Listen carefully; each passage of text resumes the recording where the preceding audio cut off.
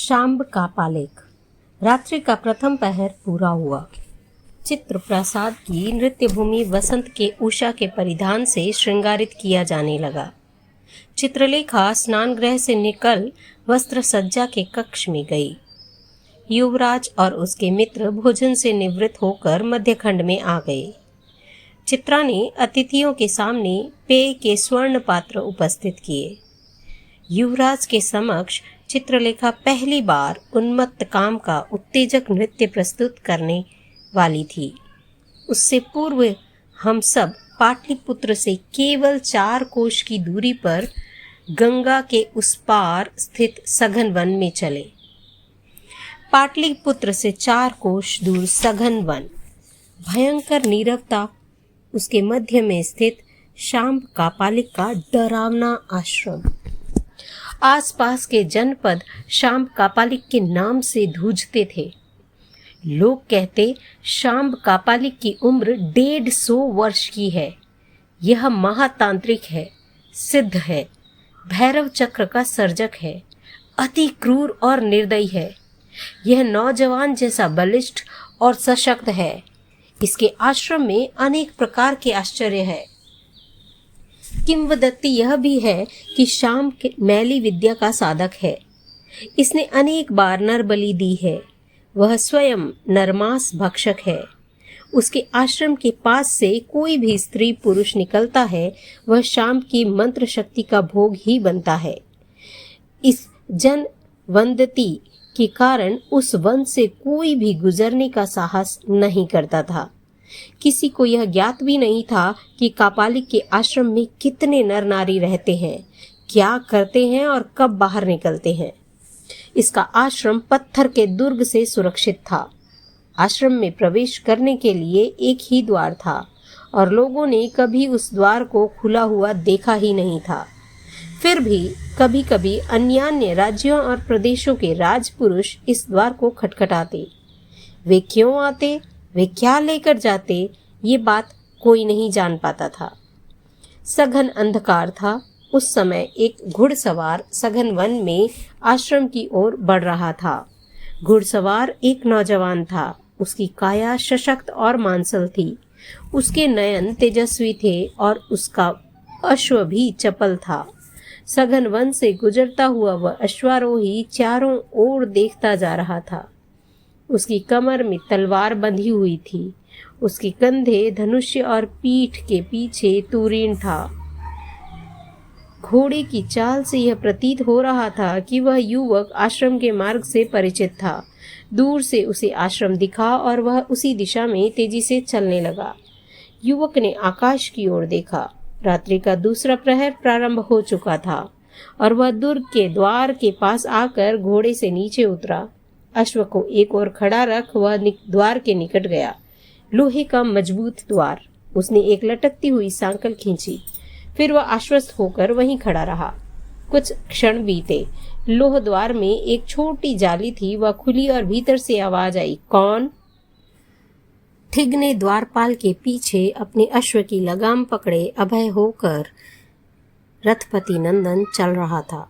कुछ देर जाने पर एक मैदान आया। ठिग ने द्वारपाल ने नंदन से कहा, आप यहाँ ठहरे, मैं अभी आ रहा हूँ। नंदन वहाँ खड़ा रहा। ठिगना व्यक्ति कुछ देर पश्चात आया और बोला, महात्मा शाम्ब प्रयोगशाला में आपकी प्रतीक्षा कर रहे हैं। बिना कुछ बोले नंदन उसके पीछे पीछे चलने लगा। मकान की सोपान श्रेणी में चढ़ते चढ़ते 2 उल्लूक आए और ठिगने के दोनों कंधों पर बैठ गए। उसने कुछ कहकर दोनों को उड़ा दिया। मकान विशाल था। प्रत्येक खंड में नई नई वस्तुएं संग्रहित थे। एक खंड से दूसरे खंड, दूसरे से तीसरे, तीसरे से चौथे और चौथे से 10वें। इस तरह 10वें खंड के पास आए तब ठिगने व्यक्ति ने कहा, भंते, कुछ संभल कर चलें, नीचे देख कर चलें। कदाचित कोई विषधर पिंजरे से निकलकर पृथ्वी पर चलने का आनंद न ले रहा हो। धड़कते हृदय और चंचल नेत्रों से नंदन ने 10वें खंड में प्रवेश किया। उस खंड में बांस के पिंजरों में अनेक विषधर थे। किसी किसी पिंजरे से चिंगारियां सी निकल रही थी। ठिगने ने कहा, ये अग्निमुख जाति के नाग हैं। इनके फुक्कार से स्पर्श मात्र से मनुष्य की जीवन लीला समाप्त हो जाती है। भयंकर। नंदन के मुख से शब्द निकले। वह इससे पूर्व कभी इन प्रकोष्ठों, इन कमरों में नहीं आया था। वह कभी प्रयोगशाला में नहीं गया था। शाम कापालिक से वह बाहर ही कुटीर में मिलकर चला जाता था।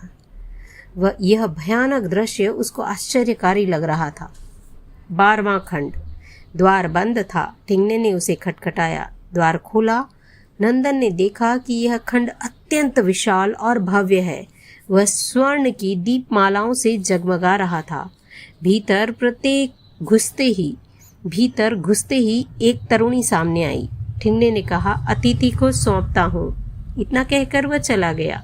द्वार बंद कर तरुणी ने संकेत कर रथपति को अपने पीछे आने के लिए कहा। कुछ आगे जाने पर नंदन ने देखा कि एक व्याघ्र चर्म पर महाकाल और महातांत्रिक कापालिक सांप बैठे हैं। उनके दोनों ओर 2 बाघ घुर्रा रहे हैं और सामने वाले अग्निकुंड से ज्वालाएं निकल रही है। उनके प्रकाश में शांब का स्वरूप स्पष्ट दृष्टिगोचर हो रहा था। शांब का कपाल किसी पशु के रक्त से अर्चित था।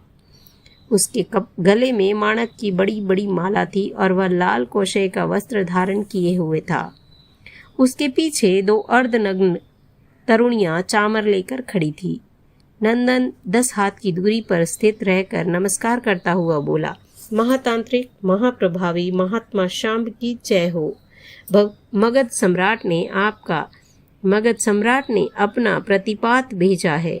सम्राट का कल्याण हो, मानो आषाढ़ का मेघ गर्जा हो।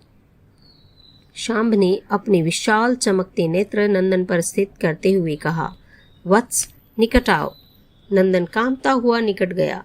एक मृगचर्म पर बैठा था। शाम ने एक तरुणी की ओर देखकर कहा, सुरा। तत्काल 2 स्वर्ण पात्र मदिरा से भरे हुए वहां आ गए। शाम और नंदन दोनों ने मदिरा पान किया। शाम बोला, वत्स, आने का प्रयोजन क्या है? सम्राट का संदेश बता। नंदन बोला, महात्मा, सम्राट एक विषकन्या चाहते हैं। क्या बासंती मर गई? नहीं, वह तो राजभवन में है। तो सम्राट चाहते हैं कि एक नर्तकी विषकन्या हो। क्यों?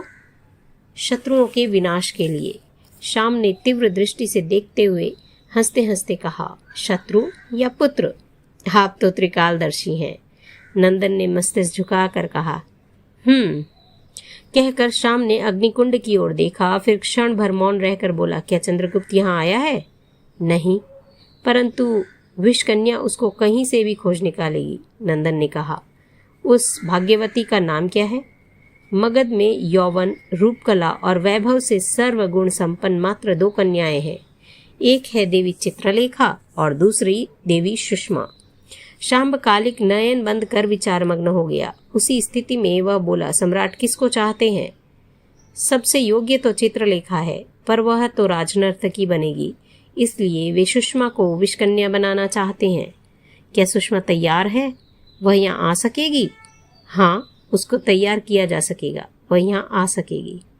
चल प्रयोग करना है या अचल प्रयोग? तो सुषमा को 20 दिन तक मेरी प्रयोगशाला में रहना होगा और 1.25 लाख स्वर्ण मुद्राएं, रत्नाभरण, 100 भैंसों की बलि। आपकी आज्ञा के अनुसार सब कुछ होगा, नंदन बोला। शांब ने गंधचूर्ण अग्निकुंड में डाला। लाल ज्वालाएं उठी। शांब का चेहरा अग्नि की तरह लाल हो गया। वह आंखें बंद कर गंभीर स्वरों में बोला, सुषमा, सुषमा, कामसेन की पुत्री सुषमा। 2 दिन बाद वैशाख शुक्ला सप्तमी की संध्या को सुषमा को यहाँ लाना होगा। ऐसा ही होगा।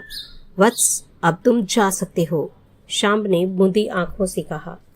नंदन कुछ हिचकिचाता हुआ बोला, महात्मन। क्यों? मेरी एक प्रार्थना है। बोल। अमोघ वशीकरण की याचना करता हूँ। शांब ने आंखें खोली। पूछा, कौन है वह भाग्यवती? देवी चित्रलेखा। उसको देखकर मैं सब कुछ भूल सा गया हूँ। वत्स, यौवन ऐसा ही होता है। उरुणी उरुणी, शांब ने पुकारा।